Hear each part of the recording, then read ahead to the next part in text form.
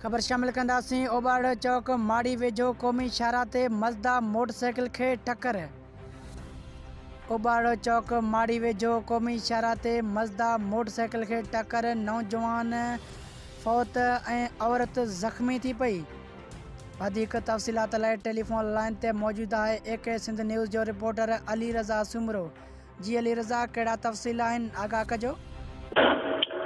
जी मां तव्हांखे ॿुधाईंदो हलां त ओबाड़ो चौक माड़ी वटि क़ौमी शाहरा ते तेज़ रफ़्तार मज़दा जो मोटरसाइकिल खे टक्कर थी पियो, जंहिंजे नतीजे में मोटरसाइकिल सवार अब्दुल गनी वल्द धणी बख़्श रिंद ॻोठ नबी बख़्श रिंद जो रिहाइशी मौक़े ते फ़ौत थी वियो ऐं हिकु औरत बि ज़ख़्मी थी पई।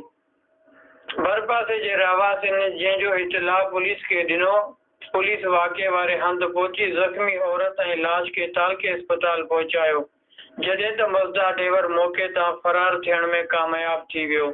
पुलिस गाॾी खे तहवील में वठी छॾियो। पोस्टमार्टम बाद लाश वारसनि हवाले कयो वियो। लाश घर पहुचण ताईं घर में कोहराम मची वियो। अली रज़ा, अवां जी वॾी महिरबानी, अवां तफ़सील खां आगाह कयो आहे।